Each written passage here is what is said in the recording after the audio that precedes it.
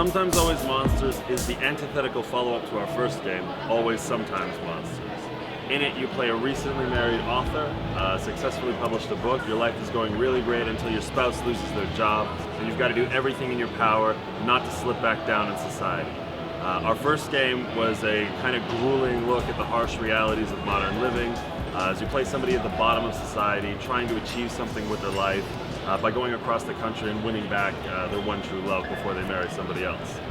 This new game is a lot about the responsibility of authorhood after you're somebody who's accomplished something with life, and it's a bit of a branching narrative experience where, you know, your own sense of morality and ethics kind of guide you through the experience.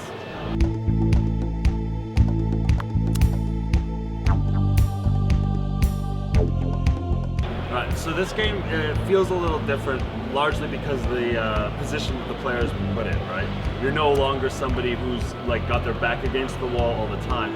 Now you have a lot more opportunities to be generous and to be caring, but really it's not going to do anything for you and probably is not going to help you in the long run. So really the altruism has to come from your heart a little bit more than the first game.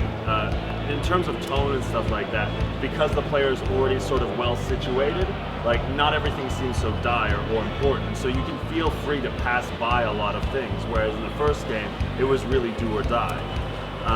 In terms of overall tone, the game doesn't necessarily feel less realistic, but it's less dark, I find. It's a much more joyous experience this time, but at the same time we use a lot of that levity and humor to kind of mask a lot of the things that are going on underneath the surface of the storyline.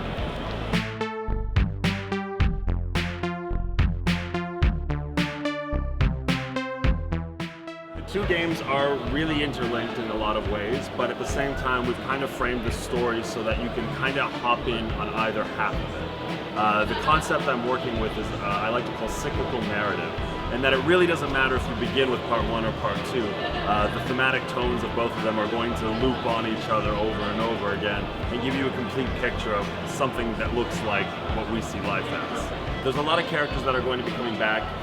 Specifically, more so if you use our save import function.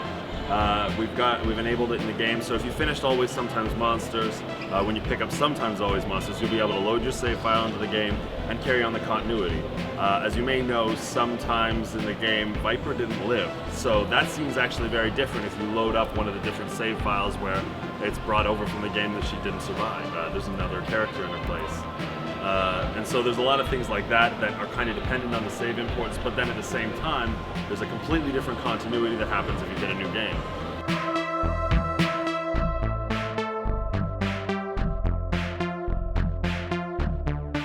So after we finished the game, like a lot of things in our lives changed.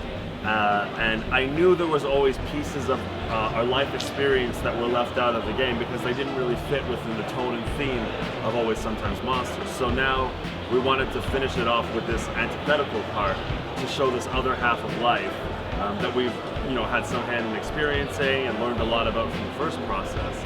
I think there's like two halves of everything, right? And so the story didn't really feel complete to us until we started working on the new one.